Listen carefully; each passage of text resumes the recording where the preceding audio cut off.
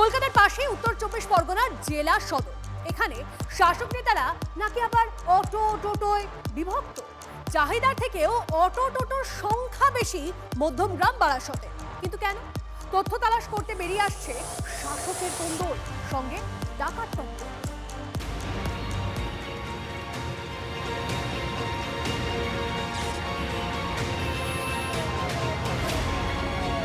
34 নম্বর জাতীয় সড়কের মতো গুরুত্বপূর্ণ রাস্তা, 24 ঘন্টা যান চলাচল, নিত্যদিন দুর্ঘটনা। কিন্তু ফুটপাথে দোকান। মানুষ যে রাস্তার ধার দিয়ে হাঁটবেন সে সম্ভাবনাও নেই, কারণ রাস্তার ধার অটো আর টোটোর দখলে।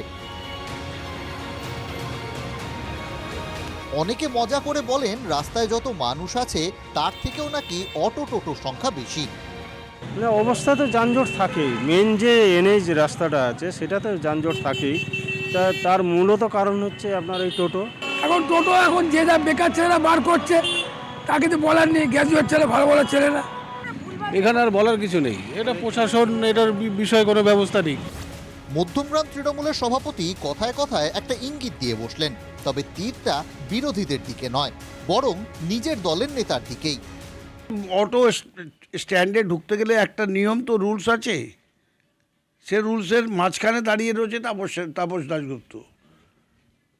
তাহলে ঢুকবেটা কোথার থেকে? যদি ঢোকে তাহলে তাপসের কনফার্মেশন নিয়ে ঢুকছে। আমাদের তো ক্ষমতা নেই বারাসাতগামী করার। মাঝে দাঁড়িয়ে আছে কথাটার মানে কি? সিপিএম সরাসরি টাকার কথা তুলছে। প্রায় 9-10টা রুট মধ্যমগ্রামে খুলেছে অটোর, যেখান থেকে 8 লক্ষ টাকা থেকে 14 লক্ষ টাকা তারা রোজগার করছে, কিন্তু অটোর দাম 3 লাখ। শাসক নেতার অভিযোগ শাসক নেতার বিরুদ্ধেই, সঙ্গে বামেদের চিমটি। যার দিকে সবাই তাক করছেন সেই উত্তর 24 পরগনার আইএনটিটিইউসি সভাপতি আবার বাম জমানাকেই টেনে নামালেন। আমি যখন যশোর রোডে অটো ইউনিয়ন 2008 সালে আমার কাছে এসেছিল, তখন আমার কাছে অভিযোগ ছিল 1,15,00,000 টাকা সিপিএমের লিডাররা খেয়েছে। সুতরাং এই অভিযোগ করবে এবং অথেন্টিক কোনো রিপোর্ট থাকলে নিশ্চয়ই দিক আমাদের কাছে।